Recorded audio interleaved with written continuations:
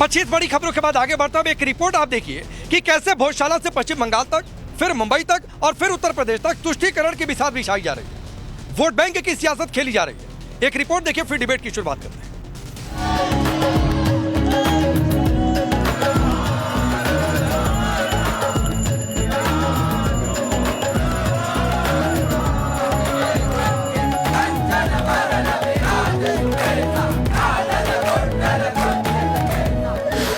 आज हम भोजशाला में सुबह सारे काम छोड़ के आए। हमको बहुत खुशी हो रही है क्योंकि पहली बार ऐसा है कि हम शुक्रवार के दिन यहाँ आते। ये मस्जिद रही है और मस्जिद रहेगी।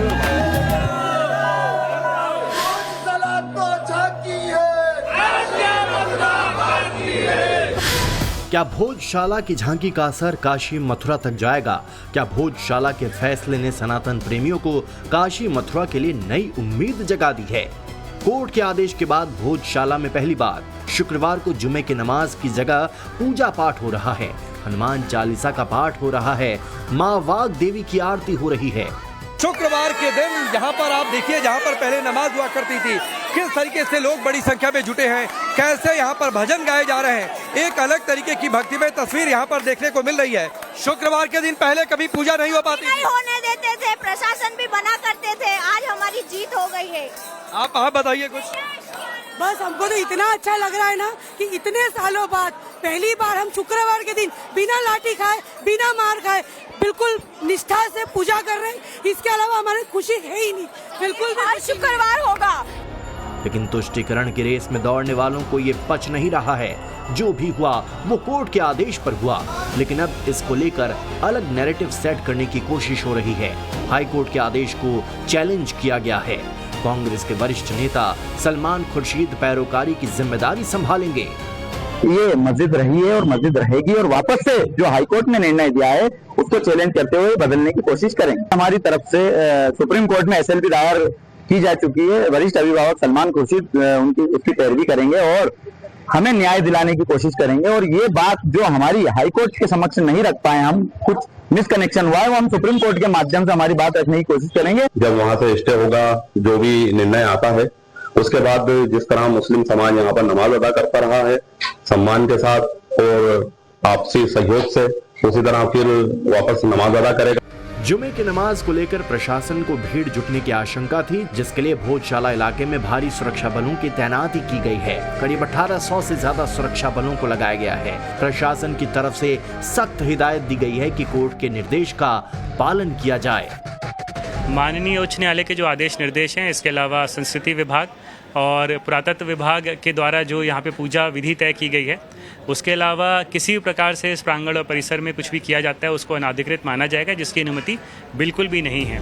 सवाल है कि भोजशाला के फैसले से विपक्षियों के पेट में दर्द क्यों हो रहा है? क्या वोट बैंक की टेंशन से परेशान हो रहे हैं? तुष्टीकरण का एक नया नमूना मुंबई के बांद्रा में भी दिखा, जहां अदालती फैसले के बाद जब बुलडोजर कार्रवाई की जा रही थी तो पत्थरबाजों की भीड़ एक्टिव हो गई। बाकायदा सोशल मीडिया पर भड़काऊ और भ्रामक वीडियो सर्कुलेट कर माहौल को बिगाड़ने की कोशिश की गई, लेकिन विपक्ष को यहाँ भी सिर्फ अपने वोट बैंक की चिंता हो रही है। हर जगह भाजपा करना चाहती है। लीगल इलीगल ये एक चीज होती है, लेकिन दूसरी चीज होती है कि कैसे आप कर रहे हो। सिर्फ आपको स्थिति बिगाड़नी है। जो बुलडोजर की राजनीति जो चली है वो बिल्कुल गलत बात है। वो खाली गरीबों के खिलाफ होती है। रेलवे की जमीन पर सालों पुराने अतिक्रमण पर बुलडोजर एक्शन कोर्ट के आदेश के बाद हो रहा है, लेकिन सोशल मीडिया पर झूठी अफवाह फैलाई गई कि मस्जिदों को तोड़ा जा रहा है। रील बनाकर वीडियो सर्कुलेट किया गया, फिर पुलिस टीम पर पथराव किया गया, लेकिन जवाबी कार्रवाई में जब पुलिस ने लाठीचार्ज किया तो तुष्टीकरण गैंग को पत्थरबाजों की फिक्र सताने लगी। किसको कायदा कानून अपने हाथ में लेने का अधिकार नहीं है, पत्थरबाजी नहीं होना चाहिए। लेकिन आप देखिए किस तरह से इतना सरकार का दिल कठोर कैसे हो सकता है। जो लोग बेचारे छोटे छोटे घर बना के बैठे हैं, उनको इलीगल बोल के तोड़ दिया जाएगा तो जाएंगे कहाँ? वो इसी मुल्क के रहने वाले हैं, किधर जाएंगे, कहाँ रहेंगे वो लोग? ये सरकार को सोचना चाहिए। बिल्कुल गलत है। इस तरह से जो ये बुलडोजर कार्रवाई जो यूपी से शुरू हुई है ना, एक फैशन बन गया, ये बिल्कुल बंद होना चाहिए। मतलब इनके लिए वोट बैंक के सामने सब बौना, देश का कानून भी झूठा। उधर पश्चिम बंगाल के मदरसों में वंदे मातरम को अनिवार्य कर दिया गया तो टीएमसी को परेशानी हो गई। टीएमसी समर्थित मदरसे से खुला ऐलान कर दिया गया कि वो किसी भी हाल में इस नियम को नहीं मानेंगे, चाहे उन्हें सरकारी मदद मिले या न मिले। ये आस्था की बात है। अगर हमको बिलीव है कि अल्लाह को हम मानते हैं तो आप पूरी दुनिया की दौलत एक तरफ रखिए और ये बात एक तरफ रखिए। तो इन बच्चों की पढ़ाई कैसे होगी जो सामने? इन बच्चों की पढ़ाई वो जो हमारे संविधान के हिसाब से जो हमको आर्टिकल्स 25 के तरफ से जो हमको राइट मिला हुआ है उसके हिसाब से हम लोग पढ़ा रहे हैं। वंदे मातरम नहीं होगा मदरसों में? अब वंदे मातरम की जगह में सारे जहां से अच्छा हिंदुस्तान हमारा, इसमें क्या फर्क है बताइए? देश में कुछ भी लीगल हो रहा है तो विपक्ष की जुबान नहीं खुलती, लेकिन अगर इनके खास वोट बैंक को कोई भी परेशानी होती है तो फिर ये फुल एक्टिव मोड में आ जाते हैं। सवाल है कि क्या इनके लिए राष्ट्र से पहले सियासत है? क्या ये तुष्टीकरण को देशभक्ति से भी ऊपर मानते हैं? ब्यूरो रिपोर्ट, टाइम्स नाउ नव भारत। चलिए अपनी रिपोर्ट देखिए, मैं आपका परिचय आज के मेहमान से करवाता हूं। यहाँ भोजशाला में मेरे साथ कुलदीप तिवारी जी हैं जो कि प्रमुख याचिकाकर्ता हैं और वकील भी हैं, और कोर्ट में इसकी एक लड़ाई वो लड़ भी रहे हैं। राकेश त्रिपाठी भारतीय जनता पार्टी के नेता और प्रवक्ता, सैयद जरीन खान समाजवादी पार्टी के नेता और प्रवक्ता, संदीप त्रिपाठी कांग्रेस पार्टी के नेता और इमरान सोलंकी एमआईएम के नेता। आप सबका बहुत बहुत स्वागत है। इमरान सोलंकी, आज आपसे शुरू करता हूं। कोर्ट का फैसला, कोर्ट के फैसले के बाद जिद और जिद के बाद प्रशासन ने समझाया तो माने, लेकिन उसके बाद भी तंज कसते रहे कि मस्जिद ही है, मस्जिद ही रहेगी, जबकि आज की डेट में कोर्ट का फैसला यह है कि मंदिर है। नहीं, एएसआई का जो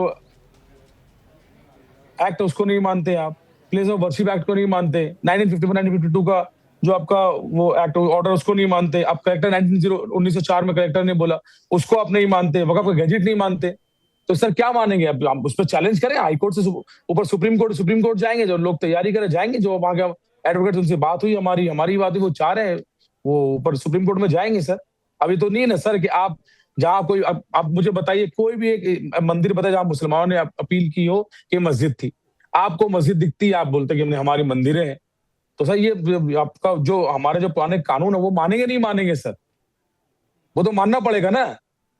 एएसआई का आप मुझे इमरान सोलंकी सुनिए, इमरान सोलंकी अब सुनिए भाई, 1 मिनट सुनाना। इमरान सोलंकी 1 मिनट सुनाना। कुलदीप तिवारी यहाँ पर हैं, आप मुझे 3 पॉइंट बताइए जिस 3 पॉइंट के आधार पर यह मस्जिद नहीं हो सकती है। एएसआई के हवाले से बता दीजिए, जो आप बातें कह रहे हैं मैं इनसे पूछता हूं उसका जवाब आप बताइए मुझे। मैं वही बोल रहा हूँ सर, 1951 1952 का एक्ट क्या हुआ, 1904 में कलेक्टर का आदेश क्या हुआ सर, हिंदू सरकार ने बताया वो मस्जिद है, उसका क्या हुआ सर? वक़्फ़ का गज़ीट है, उसके ऊपर क्या हुआ सर? ये चारों सवाल पूछिए। अच्छा, और एएसआई में क्या लिखा हुआ है कि मंदिर नहीं है? एएसआई में कहाँ लिखा हुआ है कि मंदिर नहीं है? 1951 क्या लिखा हुआ है कि मंदिर है वो भी बताता हूँ। 1951 52 एक्ट क्या है सर? मस्जिद थी, प्रोटेक्टेड मॉन्यूमेंट का मतलब क्या हुआ? क्या वो मंदिर बताइए ना। एएसआई से आपने शुरू किया इमरान सोलंकी, मैंने थोड़ी नहीं नाम लिया, आपने लिया ना। अब एएसआई पर आ रहा हूं तो आप भाग रहे हैं। नहीं क्यों? एएसआई का एक्ट है ना, मस्जिद थी ना सर। क्या लिखा हुआ है बताइए ना मुझे। वो प्रोटेक्टेड मॉन्यूमेंट है। कैसे आपको लग रहा है? वो प्रोटेक्टेड मॉन्यूमेंट 1951 1952 प्रोटेक्टेड मॉन्यूमेंट है मस्जिद की। वक़्फ़ गज़ीट हो क्या बोलेंगे आप? वक़्फ़ गज़ीट है, उसके बारे में वो मस्जिद है। 1951 52 एक्ट का हवाला देकर एमआईएम के नेता कह रहे हैं कि ये प्रोटेक्टेड मॉन्यूमेंट मस्जिद की है। देखिए, प्रोटेक्टेड मॉन्यूमेंट मस्जिद की नहीं है, और इसमें साफ साफ पे ये इसको भोजशाला का ही प्रांगण हमेशा से रहा है ये। और जो एएसआई की अभी की जो ताजा रिपोर्ट है, इसके पहले की जितनी भी रिपोर्ट रही हैं उन सब में ये साफ साफ लिखा हुआ है कि इसका जो परिसर है, इसका जो स्वरूप है, इसका जो स्ट्रक्चर है वो हिंदू मंदिर के तरीके ही था। देखिए, कागज की बात मानी जाएगी, कौन प्रवक्ता की टीवी पे बैठ के क्या कह रहा है वो नहीं माना जाएगा। जब कोर्ट में हमने लड़ाई लड़ी है तो लगभग 1.5 महीने के आसपास सुनवाई हुई है, 65 घंटे के आसपास सुनवाई उच्च न्यायालय में इंदौर हाईकोर्ट में चली है। अभी ये बताइए कि जो आपके जितने भी एडवोकेट्स थे, आपने इंटरवीनर्स ने सबने अपना पक्ष रखा है, तो कागज के आधार पर रखा होगा ना। वहां पर जो एएसआई की रिपोर्ट है उसको कोर्ट में डिस्कशन किया गया होगा। अगर कोर्ट में अगर ये साबित हो जाता, आप कर देते साबित, तो फिर ये फैसला मस्जिद के पक्ष में आता। ये मंदिर के पक्ष में फैसला आया है, इसका मतलब है कि जो एएसआई में लिखा, जो रिपोर्ट में लिखा हुआ है, जो एएसआई के जो एएमएसआर एक्ट जो है 1958 का है, जो एक्ट है, उन सब में जो लिखा उसके आधार पर फैसला हुआ है। तो आप टीवी पे बैठ कर अच्छा, वर्शिप एक्ट की भी कई बार बात आ जाती है, उसका भी जवाब दे लीजिए, फिर मैं आगे बढ़ता हूं। नहीं, वर्शिप एक्ट यहाँ पे लागू इसलिए नहीं होता है। वर्शिप एक्ट एक्चुअली क्या होता है कि उसमें यह कहा गया है कि जिस स्वरूप में था उस स्वरूप में उसको प्रोटेक्ट किया जाएगा। वहां पे दावा दूसरा नहीं कर सकता है, हिंदू पक्ष नहीं कर सकता, खास करके ये हिंदू पक्ष को रोकने के लिए। हाँ, मैं बता रहा हूँ उस पे एक्चुअली क्या है कि जो 1947 की बात करी गई है, हमारा कहना यह है कि पहले स्वरूप तो डिसाइड हो। मैं उस बात पे आता हूं कि स्वरूप ये कैसे मालूम चलेगा कि 1947 में या आजादी के पहले या आजादी के बाद उसका स्वरूप क्या था। तो जब स्वरूप डिसाइड होगा तभी ना हम बात करेंगे कि उसका जो स्ट्रक्चर है वो क्या है। बोलिए इमरान भाई, जवाब दीजिए इसका। सर बोल दिया मैंने ना, हाई कोर्ट का जो आदेश है उसमें सुप्रीम कोर्ट में चैलेंज कर रहे हैं। प्रोटेक्टेड मोन्यूमेंट क्या था वो बताइए मुझे आप। प्रोटेक्टेड मोन्यूमेंट मंदिर था क्या? चैलेंज कर रहे हैं ना भाई। ओहो, अब कुलदीप तिवारी की बात का कोई जवाब है आपके पास या नहीं है? तो बोलिए, मैं आगे बढ़ जाता हूं। बिल्कुल है। प्रोटेक्टेड मोन्यूमेंट क्या था? मस्जिद था, मंदिर था? सर बताइए आप मुझे। प्रोटेक्टेड मोन्यूमेंट क्या था? मंदिर था वहां पे? एसआई की रिपोर्ट में क्या बताया गया था? तो ये अदालत में आपकी दलील नहीं चली है? ये अदालत में दलील नहीं चली है? सर सुनिए, मैं पूछ रहा हूं, अदालत में ये दलील नहीं चली ना आपकी? अदालत वही है जो इलेक्शन कमीशन ऑफ इंडिया के जो नियुक्ति के लिए जब अदालत ने बोला था तो उसके लिए सरकार ने एक्ट बना दिया। अदालत वही सर, वो बहुत आसान है ये कह देना। सुप्रीम राकेश त्रिपाठी, ये बहुत आसान है कह देना कि इलेक्शन कमीशन ऑफ इंडिया, अदालत सब बीजेपी ने कब्जा करके रखे हुए हैं और अपने हिसाब से फैसले दिलवाए जा रहे हैं। इमरान सोलंकी यही कह रहे हैं, दलील नहीं चलेगी, बाबरी बोल देंगे ताकि वोट बैंक मिल जाए। सर बिल्कुल दलील चलेगी। बाबरी मस्जिद ने थोड़ी बोला था कि बाबरी मस्जिद थी, वहां पे मस्जिद थी पहले से, मंदिर थी वहां पे, तो नहीं बोला था। माना कोर्ट ने मस्जिद थी वहां पे। ठीक है, राकेश त्रिपाठी को संविधान से ऊपर चाहते हैं। ठीक है भाई, राकेश लोगों का संविधान में यकीन नहीं है। देखिए, अरे भाई इमरान सोलंकी, देखिए कुछ लोगों के मन में अभी भी संविधान नहीं शरीयत है। कुछ लोग नहीं चाहते हैं कि देश संविधान से चले, वो चाहते हैं कि शरीयत से ही चले। उनके लिए संविधान से ऊपर कुरान है और इसीलिए वो संविधान से बनी हुई अदालतों के फैसले तक को स्वीकार करने के लिए तैयार नहीं है। आपने महाराष्ट्र की कई खबरें आज बताई कि किस तरह से कोर्ट का फैसला आने के बावजूद लोग हाथों में पत्थर लेकर के अपना फैसला देना चाहते हैं। यह प्रवृत्ति बहुत खतरनाक है। यही प्रवृत्ति बताती है कि कैसे संविधान में उनका यकीन नहीं है, और जिसका भी संविधान में यकीन नहीं है उसे इस देश में रहने का कोई हक नहीं होना चाहिए। आप देश में रहेंगे, देश के संविधान को नहीं मानेंगे, ये कैसे चल सकता है? भाई हिंदू पक्ष अपनी बातों को लेकर के कोर्ट के भीतर गया, वर्षों तक कोर्ट में अपनी लड़ाई लड़ रहा है, और कोर्ट से जब फैसला आता है तो कोर्ट के उस फैसले को सरमाथे लगाता है। अगर कोर्ट से फैसला विपक्ष में आता है तो भी, और कोर्ट से पक्ष में फैसला आता है तो भी। अगर कोर्ट के फैसले से आप संतुष्ट नहीं हैं, यही संविधान आपको अधिकार दे रहा है कि आप इसकी अपील कर सकते हैं। लेकिन जब तक अपील कोर्ट इसका फैसला नहीं कर देती है, तब तक टीवी चैनल पर बैठ करके ये डिसाइड कर देना कि जो हाईकोर्ट का फैसला वो ठीक नहीं है, हाईकोर्ट का फैसला मेरिट पर नहीं हुआ है, मुझे लगता है ये हाईकोर्ट की अवमानना करना है। आप किसी भी अदालत की अवमानना करने की चेष्टा कैसे कर सकते हैं? आप अदालत के फैसले से संतुष्ट हैं, आप अपील करिए, अपील में जाकर के कोर्ट के अथॉरिटी के पास जाकर के ये बात करिए। लेकिन टीवी चैनल्स पर बैठ करके कोर्ट्स का इस तरह से विश्लेषण करना, ये कंटेम्प्ट ऑफ कोर्ट है। ये देश के संविधान को न मानने की चेष्टा है। ये देश के संविधान से ऊपर शरीयत को रखना या कुरान को रखना, ये उसकी चेष्टा है। इमरान सोलंकी को कोई जानकारी बार-बार एक ही शब्द रट रहे हैं। अरे भाई, संरक्षित स्मारक की प्रकृति क्या है? ये कोर्ट ने लंबे समय तक अपने सारे ट्रायल करने के बाद कहा है ना। आप कोर्ट के आदेश को पढ़ नहीं सकते हैं, कोर्ट में जाकर दलील दे नहीं पाते। मोन्यूमेंट में क्या था? मस्जिद था या मंदिर था? इतना बता दीजिए मुझे। अरे भाई, कोर्ट ने बता दिया है, आपकी आंखें नहीं खुल पा रही हैं अभी। आपकी आंखें नहीं खुल पा रही हैं। आप जाकर के कोर्ट के आदेश को पढ़ लीजिए। कोर्ट ने बता दिया है कि क्या था, और अगर आंखें खोल करके छोड़िए, कोर्ट छोड़ दीजिए, जाकर के स्वयं वहां देख लेंगे तो नंगी आंखों से आपको दिखाई पड़ जाएगा। कोई माइक्रोस्कोप लगाने की जरूरत नहीं है, कोई इतिहास पढ़ने की जरूरत नहीं भाई। वो बिल्डिंग खुद चीख कर बता रही है, वो पत्थर, वो नक्काशी, वो सब कुछ चीख कर खुद बता रहे हैं कि वो मंदिर है या मस्जिद है। नहीं सर, वो हमारे देश का कल्चर है। वो हर देश हर कल्चर वैसे करते हैं। वो पहली पुरानी इमारतें वैसी बनती थी सर। वो कल्चर कैसे बनती है? वो आपके हिंदू मुसलमान में नहीं बनती है। पहले नहीं था हिंदू मुसलमान, 14 हिंदू मुसलमान हिंदुस्तान में ज्यादा हो रहा है। अरे भाई, कल्चर के आधार पर आप नई मस्जिदें जो बना रहे हैं वो तो नहीं बनाते हैं। उस कल्चर से आप नई मस्जिदें जो बना रहे हैं उन मस्जिदों में तो नहीं बना रहे हैं। ये वही मस्जिदों में कल्चर ऐसा क्यों अपनाया गया है जहां पर मुगल आक्रांताओं ने तोड़ करके बनाया है? वहीं पर ये कल्चर क्यों दिखाई पड़ता है? आप ये जो नई मस्जिद बनाते हैं आजकल, इन मस्जिदों में तो ये कल्चर नहीं दिखाई पड़ता है। इन मस्जिदों में भी कल्चर दिखना चाहिए। पहले तो सूट नहीं पहनते थे, हम लोग सूट पहनते हैं ना। अभी मैं इसका जवाब देता हूं, सुनिए। एक मिनट मैं फैक्ट चेक कर देता हूं। अरे सुनिए इमरान सोलंकी, मैं इसका फैक्ट चेक कर देता हूं। फैक्ट चेक ये है कि पहले जो नाम दर्ज था एएसआई के प्रोटेक्टेड मोन्यूमेंट में, वो भोजशाला कमाल मौला मस्जिद, संयुक्त रूप से दोनों नाम था। और क्यों संयुक्त रूप से दोनों नाम था वो बताता हूं, जरा कैमरा उठाइए। मंदिर का इधर देखिए। मैं हाँ, अरे सुन लीजिए भाई, सुन लीजिए इमरान सोलंकी, सुनने और देखने की आदत डालिए। ये देखिए जो आपको दिख रहा है ये कमाल मौला दरगाह सुनते हैं है, सर। जिसको पूरे परिसर को ये लोग मस्जिद कह रहे थे बाद में। तो ये बिल्कुल अलग है। सुन लीजिए, सुनिए और देखिए, बीच में मत बोलिए। इमरान सोलंकी, सुनने की आदत डालिए, और खासतौर पर जब फील्ड पर हो। तो ये कमाल मौला दरगाह जिसमें लोग जाते हैं। अब वहां से अलग ये रास्ता है, ये रास्ता आपको दिख रहे हैं, ये भोजशाला परिसर का जरा हट जाइए, हटिए यहां से। यहां से लोग जाते हैं और अंदर आपको भोजशाला परिसर आपको दिखाई दे रहा है। तो ये दोनों को मिलाकर संयुक्त रूप से नाम दिया गया था, लेकिन एएसआई ने सर्वे किया, रिपोर्ट तैयार की, तो नाम में बदलाव भी कर दिया है। थोड़ा सा होमवर्क दुरुस्त करिए। नाम में बदलाव ये हुआ है कि कमाल मौला मस्जिद का संदर्भ हटा दिया गया है। तो भाई मेरे सामने आइए, तो थोड़ी सी तैयारी करके आइए इमरान सोलंकी, तो मेरे सामने आइए, थोड़ी सी तैयारी करके आइए, थोड़ा सा अपडेट होके आइए। लेकिन सैयद जरीन खान जो राकेश त्रिपाठी कह रहे थे कि कोर्ट का आदेश आ जाए, फैक्ट ही पर बात कर रहा हूं इमरान सोलंकी, फैक्ट दिखा भी दिया और बता भी दिया। अब आंख बंद कर ले और दिमाग की बत्ती बंद कर दे तो इससे फैक्ट गलत नहीं साबित हो जाता है। उसमें मंदिर का तो फैक्ट को सुनने और समझने के लिए आंख और दिमाग दोनों खोलने पड़ते हैं। भोजशाला मस्जिद बोला आपने, मंदिर का जिक्र तो नहीं था उसमें। भोजशाला कमाल मौला मस्जिद संयुक्त रूप से दोनों नाम, भोजशाला कमाल मौला मस्जिद संयुक्त रूप से दोनों नाम पहले दर्ज थे ज्वाइंटली। बाद में जो रिपोर्ट आई, अब कमाल मौला मस्जिद संदर्भ हटा दिया गया है। तो ये दोनों को समझिए, सिर्फ मस्जिद नहीं का। अरे अब मैं वही कह रहा हूं इमरान सोलंकी, आपने अपने दिमाग और आंख दोनों को बंद करके रखा हुआ है, तो इन दोनों को खोलने की जरूरत है भाई। क्या चीज खोल के रखे सर? तो भोजशाला को मस्जिद के साथ भी नहीं जोड़ा था, तो अभी रुक जाइए, और उसको क्यों जोड़ा गया था वो जाकर पढ़िए लिखिए, थोड़ा समझ में आएगा।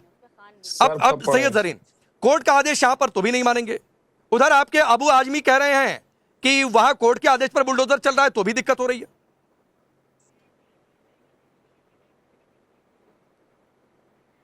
राकेश जी, मैं एक बात कहना चाहूंगी, मेरी पूरी बात थोड़ा सा सब्र से सुन लीजिएगा। क्या उत्तर प्रदेश की जनता का इस वक्त यही मुद्दा रह गया है? चुनाव करीब आ रहे हैं, मैं जानती हूँ उत्तर प्रदेश की जनता भी बहुत समझदार है। हिंदू मुसलमान, हमारे हिंदू भाई मुसलमान भाई सब धर्म के भाई बहुत समझदार है, सबको पता है चुनाव आ रहा है। तो यही मुद्दा रह गया बात करने के लिए। क्या उत्तर प्रदेश में भीषण गर्मी पड़ रही है, आपको पता है?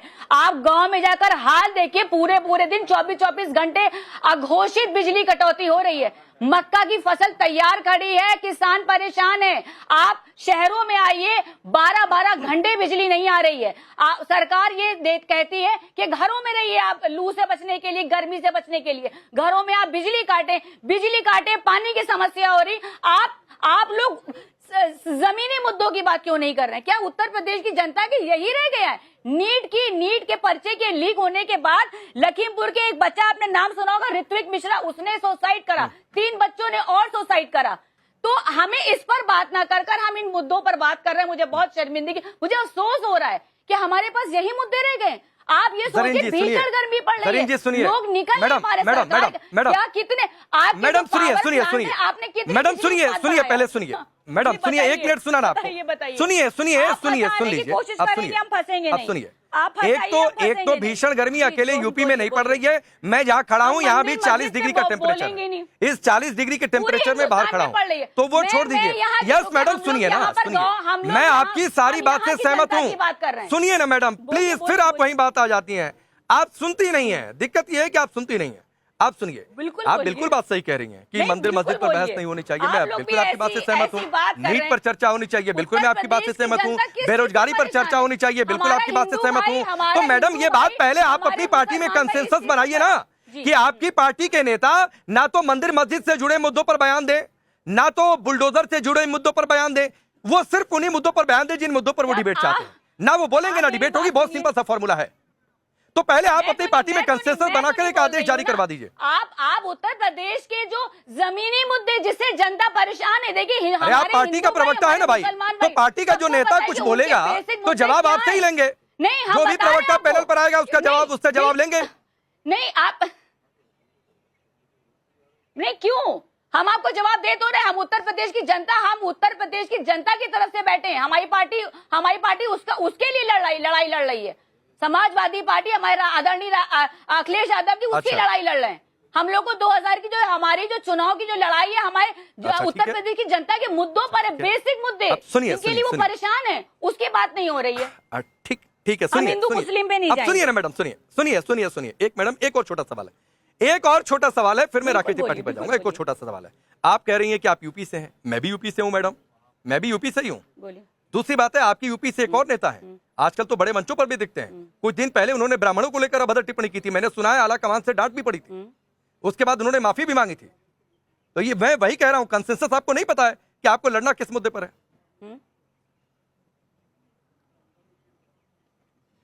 आप खुद कह रहे हैं कि आला कमान ने उनको समझाया, आप खुद कह रहे हैं उन्होंने माफी मांगी, तो उस बात को करने से क्या फायदा? हाँ, ऐसे तो योगी जी भी बंगाल में जाकर मतलब क्या बोलेंगे, उसके बाद कह रहे माफी हैं वहाँ मांगेंगे। चुनाव में, तब तो आपने उनको डिफेंड करा फौरन कि जबान फिसल गई। उस पे क्या बात करी जाए? हम लोग सिर्फ हम ये कहने बात किसको करने डिफेंड आए करेंगे, हैं लेकिन कि राकेश त्रिपाठी की BJP ज्ञान की बातें ने बड़ी हैं कोई constructive कि काम जब हमारे नहीं नेता बोल किया, देंगे ना तो infrastructure बेरोजगारी पर करा, बातचीत करो, ना तो medical बिजली पर करा, बातचीत करो, ना और नहीं तो education ऐसे हम बातचीत करा। करेंगे तुष्टीकरण के साथ। अब सुनिए मैडम, सुनिए, अब सुनिए, अभी इस पर भी आ जाऊंगा, अभी इस पर भी आ जाऊंगा। राकेश त्रिपाठी एक रिप्लाई कर, जी बताइए जी। अभी इस पर भी आ जाऊंगा। देखिए सैयद जरीन को मैं सुझाव करूंगा, गर्मी ज्यादा हो रही है तो ठंडा पानी पिए, और गर्मी से बचने के लिए, लू से बचने के लिए बहुत सारे उपाय होते हैं, दादी के नुस्खे हैं, उनका प्रयोग करें, क्योंकि उन्हें गर्मी कुछ ज्यादा लग गई है। गर्मी में बिजली की कटौती की जब चर्चा कर रही है ना, तो अपने ये आप ऑफिशियल प्रवक्ता हैं, आप बीजेपी के 12 घंटे ऑफिशियल दिन की बिजली प्रवक्ता और 12 घंटे रात की बिजली के टर्न हुआ करते थे। आपकी सरकार के समय में क्या अवस्था हुआ करती थी, जरा झांक कर देखिए ना, कि उत्तर प्रदेश में केवल 5 ऐसे वीआईपी जिले हुआ करते थे जहां बिजली आया करती थी। रामपुर में बिजली आती थी, इटावा में बिजली आती थी, अमेठी और रायबरेली बिजली आती थी। तो आपके कार्यकाल में केवल वीआईपी जिलों को बिजली होती थी। आज उत्तर प्रदेश के सभी जिलों में बिजली आ रही है, और देश भर के सभी 18,000 वो राज्य, वो गांव जहां बिजली नहीं पहुंची थी 2014 तक, केंद्र में प्रधानमंत्री मोदी जी के आने के बाद से हमने उन 18,000 गांवों को भी, हर मजरे को आज बिजली से रोशन करने का काम किया है। आज हमने उजाला योजना के तहत मुफ्त कनेक्शन देकर के हर गरीब के झोपड़ी तक बिजली पहुंचाने का काम किया है। इसलिए आपको बिजली पर कहने का कोई नैतिक अधिकार नहीं है। भारतीय जनता पार्टी की सरकार लोगों की सुविधाओं का ध्यान रख रही है, और गर्मी में हम सबसे अपील भी कर रहे हैं कि ज्यादा से ज्यादा पानी पिए, अपने आप को गर्मी से बचा करके रखें। प्रचंड लू चल रही है, घरों के भीतर रहे, ज्यादा से ज्यादा इस बात के लिए हम प्रयास कर रहे हैं, आप भी प्रयास करें। और मैं आपसे अपेक्षा करूंगा जरीन, आपने एक बात कही है ना, जरीन तो जी, कुछ ही दिन में बरसात आने वाली है, कुछ पेड़ पौधे लगाइएगा, पर्यावरण के प्रति अपना कमिटमेंट दिखाइएगा। ऐसे समझ में नहीं आता है, मैं अपने टर्म में बोलूंगी। बोलिए। अब मैं बोलूं? हाँ, मैं राकेश जी, आप इतनी चीजें गिना रहे थे कि हमारे कार्यकाल में इतने जिलों को स्पेशल बिजली दी जाती है, तो आपको उत्तर प्रदेश की जनता ने चुना था। आप यहाँ पर सिर्फ हमारी कमियों का कंपैरिजन में आए। आप बेहतर सुविधाएं क्यों नहीं दे रहे उत्तर प्रदेश की जनता को? 2 टर्म्स में आपको चुना गया, आप बेहतर सुविधाएं क्यों नहीं दे रहे? आप कह रहे हैं, आप हमें उपाय बता रहे हैं गर्मी से बचने के लिए कि पानी पी लीजिए। आपको पता है, आप निकल कर जाइए उत्तर प्रदेश के गांव में जाइए, जब बिजली नहीं आती सबसे बड़ा संकट पानी का होता है। पानी भी नहीं है किसानों के पास, लोगों के पास। आप क्या बात कर रहे हैं राकेश जी? मुझे बहुत अफसोस हो रहा है, मुझे बहुत दुख हो रहा है कि आप इतनी बड़ी, आपकी तो 2 इंजन की सरकार है, और आप ऐसी बात कर रहे हैं इतने बड़े चैनल पे बैठ करके। ठीक है, सुनिए, एक बड़ी खबर है, ये बताते हुए मैं डिबेट में आगे बढ़ूंगा। एक बड़ी खबर है जरीन जी, मैं आता हूं मैडम, मैं आता हूं। एक बहुत बड़ी खबर है, एक बहुत बड़ी खबर है इस डिबेट से अलग, वो बताते हुए मैं आगे बढ़ूं। ट्विशा केस में इस वक्त की बहुत बड़ी खबर सामने आ रही है। कोर्ट में सरेंडर करने पहुंचा है आरोपी समर्थ। जबलपुर कोर्ट में किसी भी वक्त समर्थ का सरेंडर हो सकता है। जबलपुर कोर्ट ने सरेंडर लेने से इनकार भी कर दिया है। कोर्ट ने संबंधित अदालत में जाकर सरेंडर करने के लिए कह दिया है। समर्थ के वकील इस समय भोपाल कोर्ट में मौजूद है। तो ये इस समय की बड़ी खबर, समर्थ को लेकर बहुत सारी बातें, कहाँ है नहीं है, दोबारा पोस्टमार्टम के भी आदेश इससे पहले जारी किए जा चुके हैं। लेकिन अब ये बड़ी खबर आ रही है, समर्थ को लेकर किसी भी वक्त समर्थ जो है वो सरेंडर कर सकता है जबलपुर में। जबलपुर कोर्ट में पहले वो भोपाल पहुंचा हुआ था, भोपाल कोर्ट ने मना कर दिया और कहा कि जाइए आप संबंधित जो कोर्ट है, अदालत है, जबलपुर जो अदालत है उसमें जाकर आप सरेंडर करिए। तो ये इस समय की बड़ी खबर, और पूरे देश में इस बात को लेकर चर्चा थी कि जो आरोपी समर्थ है उसको लेकर कोई बड़ा एक्शन कब होता है। ट्विशा केस में इस वक्त की बहुत बड़ी खबर है। ट्विशा केस की जो पूरी गुत्थी है वो किस तरीके से सुलझेगी, कहां जाकर सुलझेगी, 10 दिन बाद भी अभी अंतिम संस्कार की प्रक्रिया नहीं हो पाई है। ये अपने आप में एक बहुत बड़ी बात है। परिजनों की अपनी चिंताएं हैं। निष्पक्ष जांच को लेकर वो दोबारा पोस्टमार्टम चाहते थे, जो एम्स दिल्ली की टीम करे, इसको लेकर पहले भी आदेश जारी किए जा चुके हैं। मकरंद हमारे साथ जुड़ चुके हैं, एक इन्फॉर्मेशन से ले लेते हैं। मकरंद, बताइए क्या जानकारी आपके पास है? जबलपुर कोर्ट पे सरेंडर होगा आपसे थोड़ी देर में। देखिए, जबलपुर हाईकोर्ट पहुंचा था समर सिंह, लेकिन अभी फिलहाल जो जानकारी सामने आ रही है कि जज ने फिलहाल उनको ये कहा है कि जो संबंधित कोर्ट है यानी भोपाल की जो सेशन कोर्ट है वहीं जाकर सरेंडर करें, क्योंकि केस वहां पर दर्ज है और ऐसे में अब संभावना यही है कि समर सिंह भोपाल सरेंडर कर सकता है। जबलपुर में होने की सूचना है, हालांकि आधिकारिक तौर पर जब कोई सरेंडर करने पहुंचता है तो जो वहां पर जज है उन्हीं के द्वारा जो भी कमेंट है वो किया जाता है। जाहिर है कि पुलिस को भी इस बात की जानकारी मिलने पर वो भी एक्शन में आएगी कि जबलपुर कोर्ट में आखिर समर्थ कैसे पहुंचा। ये कहीं ना कहीं पुलिस की कार्यप्रणाली पर सवालिया निशान खड़ा करता है कि इस तरह से गंभीर लापरवाही कैसे हुई, कैसे एक व्यक्ति आसानी से जाकर वहां पर हाईकोर्ट पहुंचता है जबलपुर की हाईकोर्ट में और जाकर सरेंडर का प्रयास करता है। अब सरेंडर वहां अगर नहीं होता है तो फिर एक ही ऑप्शन बचता है समर सिंह के पास, क्योंकि जिस तरह से अग्रिम जमानत की याचिका वापस ली गई थी यही संभावना जताई जा रही थी कि सरेंडर कर सकता है समर्थ, और अभी वैसा ही हुआ। ठीक है, चलिए मकरंद, दोबारा हम आपसे संपर्क करेंगे इस पूरी खबर पर जानकारी के लिए। जबलपुर कोर्ट ने कहा है कि जाइए भोपाल की सेशन कोर्ट में, जहां पर यह मामला है वहीं पर सरेंडर करिए, यहां पर हम सरेंडर नहीं लेंगे। अब आगे देखिए इस पूरे मामले में क्या होता है। बहुत बहुत शुक्रिया। एक सवाल मैं कुलदीप जी से ले लूं, फिर मैं संदीप त्रिपाठी आपके पास आ रहा हूं। कोर्ट के आदेश से बुलडोजर तो भी दिक्कत है, यहाँ कोर्ट के आदेश से आज जुमे के दिन पूजा पाठ हो गई तो भी दिक्कत है। बिल्कुल, देखिए, लैंड जिहाद हो, तुष्टीकरण हो, इस समय चरम पर है। आप कोर्ट के आदेश की अवहेलना कर रहे हैं। धार में भी यहाँ पर भी बात हो रही थी कि हम कोर्ट का आदेश नहीं मानेंगे, बात हो रही थी कि हम यहाँ पर शुक्रवार के दिन नमाज पढ़ेंगे। वो तो पुलिस प्रशासन की मुस्तैदी है और पुलिस प्रशासन की सख्ती है। इसके लिए जिद थी कि आज नमाज पढ़ेंगे, सख्ती से माने। बिल्कुल, ये जिद थी इनकी और बयान भी जारी हो रहे थे और लगातार कहा जा रहा था कि नहीं, हम यहाँ पर नमाज पढ़ेंगे। भाई, जब कोर्ट ने आपको आदेश दे दिया। अच्छा, अभी बात जब आप कह रहे थे कि ASI रिपोर्ट की, तो रिपोर्ट में क्या रिपोर्ट पेश करने का मौका आपको कोर्ट में नहीं मिला था? कोर्ट में आपने रिपोर्ट पेश किया था ना, वहां पे आपके वकीलों ने बहस की थी ना। आप झूठा बरगला करके टीवी पे बैठ करके डिबेट में केवल उल्टी सीधी बातें करते हैं और देश का माहौल खराब करने की बात करते हैं। अभी कोर्ट के आदेश से अगर बांद्रा पे वहां पे बुलडोजर चला, अगर बुलडोजर क्यों नहीं मानेंगे कोर्ट का आदेश? अगर कोई अवैध अतिक्रमण है उसको हटाया जा रहा है तो क्या दिक्कत है? मतलब आप चाहते हैं कि जिस तरीके से पश्चिम बंगाल में आपने अवैध अतिक्रमण करके रखा हुआ था, हर जगह मस्जिद बना के रखी है अवैध, हर जगह अवैध कब्रिस्तान बना के रखे, हर जगह अवैध मदरसे बना करके रखे, अगर उनकी जांच हो रही है, अगर कोर्ट के आदेश के बाद उनको गिराया जा रहा है तो क्यों आपको तकलीफ क्यों हो रही है? मतलब आप मंदिर मस्जिद से दिक्कत है कि अवैध बनने से दिक्कत? नहीं, अवैध से दिक्कत है ना। मंदिर मस्जिद आपका अगर मेरे ख्याल से कोर्ट आदेश दे रहा है तो कोर्ट, अगर आपकी कोई जायज जमीन है, जायज मदरसा है, जायज मस्जिद है, तो कोर्ट उसके विरुद्ध आवाज नहीं देगा। ठीक है संदीप भाई, एक बात बताइए, ऐसे ही वोट मिलेगा क्या? मतलब कोर्ट आदेश दे तो नहीं मानेंगे, उधर वंदे मातरम पढ़वाया जाए इसको भी नहीं मानेंगे।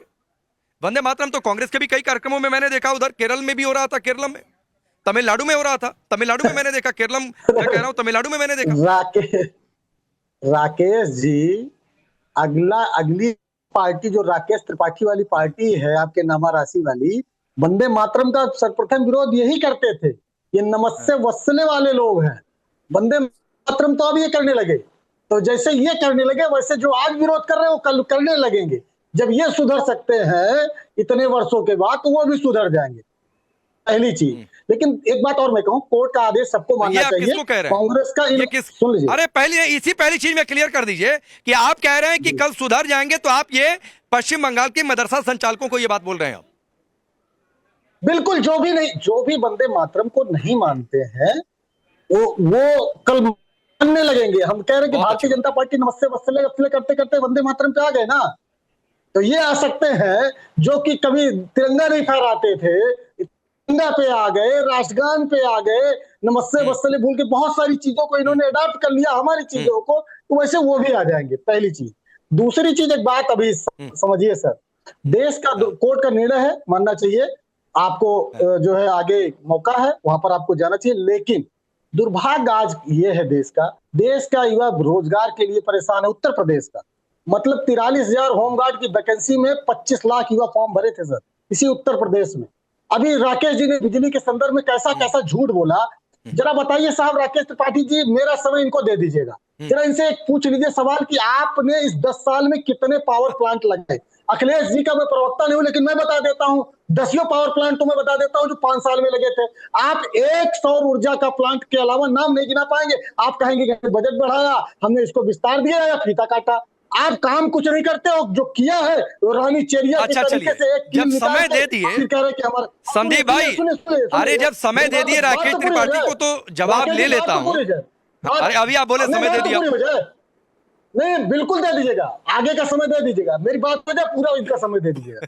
अभी सौभाग्य योजना की बात की इन्होंने, मुफ्त कनेक्शन की बात की, सरासर झूठ बोलते हो साहब आप। उसमें 600 रुपए आपको लेना था जो कि बिजली के बिल में जुड़ के आता था।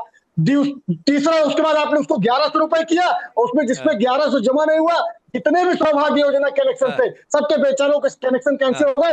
हमारे यहाँ अभी रेट पड़ी जो है हरजन बस्ती में बेचारे 10 लोग जुर्माना भरे 40,000, कोई 50,000। आप झूठ कितना बोलते हो। और अभी आपने कहा 18,000 गांव में बिजली पहुंचाई, तो ये क्यों नहीं बताते भैया कि 6,32,000 गांव है इस देश में। अच्छा, 12,000 हमारा ये था, संदीप त्रिपाठी हो गया, एक साल में 12,000 गांव में कांग्रेस ने पहुंचाई, और 4,000 आप पहुंचा के जनता पीटते हो। कितना गुमराह करोगे देश को। अरे संदीप भाई हो गया, तो बड़ी बहादुरी कर लिया। और सुनिए, अरे यूपीए गवर्नमेंट ने पहुंचाई।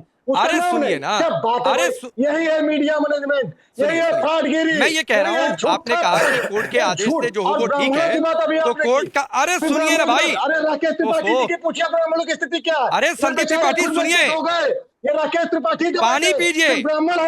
मैं वही आज सोचूं कि संदीप त्रिपाठी इतने उधार कैसे हो गए कि मेरा समय भी आज बीजेपी को दे दो। ये पता चला उनके जवाब का भी समय खाने पर उतारू हो गए। मैं वही सोच रहा था कि आज आप इतने उधार कैसे हो गए। तो रुक जाइए, सुनिए सर, अब मैं स्टूडियो से बाहर हूँ, मैं देख नहीं पा रहा हूँ, फिर मुझे आवाज डाउन करवा के सवाल सुनवाना पड़ेगा। सुन लीजिए, सवाल सुन लीजिए, मैं गुजारिश संदीप त्रिपाठी सुनिए। अब मुझे एक बात बता दीजिए जल्दी से हाँ या ना में, कि ये कोर्ट के आदेश से आज यहाँ पर नमाज नहीं हुई है, तो ये फैसला ठीक है, ठीक हुआ, कोई इसमें गड़बड़ तो नहीं है? कोर्ट के आदेश से अगर ये हुआ है तो बिल्कुल, और आगे जो भी दूसरी पार्टी है उसको मौका है, सुप्रीम कोर्ट जाए, अपना पक्ष रखे, हमने जाए राम मंदिर का मसला हो। और एक स्टैंड राकेश त्रिपाठी अब हो गया राकेश त्रिपाठी, ये तो वंदे मातरम के भी समर्थन में है, कोर्ट के आदेश से नमाज नहीं हो रही है उसके भी समर्थन में है। आप लोग कहते हैं कि कांग्रेस तुष्टीकरण की रेस में लगी हुई है। अब रुक जाइए, नहीं ये बिजली वाला सवाल भी पूछ लीजिएगा। कांग्रेस पार्टी तुष्टीकरण में तो लगी है, कांग्रेस पार्टी आजकल गाली गलौज में भी लगी हुई है। कांग्रेस पार्टी के उत्तर प्रदेश इकाई के अध्यक्ष अजय राय ने प्रधानमंत्री जी को लेकर के आज ही बहुत घटिया गाली दी है, बहुत घटिया स्तर की भाषा का प्रयोग किया है।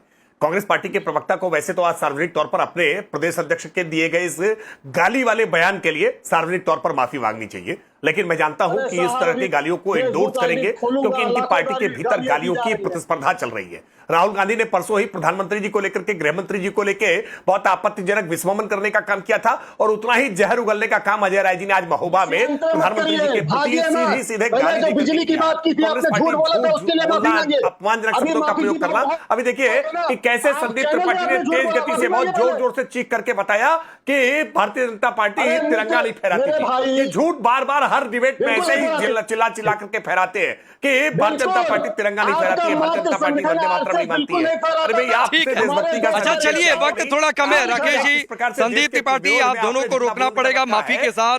कौन सवाल से भागा, कौन बचा, कौन तुष्टीकरण में शामिल है, ये देश देख रहा है और समझ रहा है। लेकिन हाँ, अजय राय की बात पर भी आपको भी नहीं भागना चाहिए था संदीप त्रिपाठी, जो उन्होंने अब शब्दों का इस्तेमाल किया। कुछ दिन पहले एक और पार्टी के नेता से, समाजवादी पार्टी के नेता, उन्होंने गाली दी थी। तो सर क्या कर रहे हैं आप?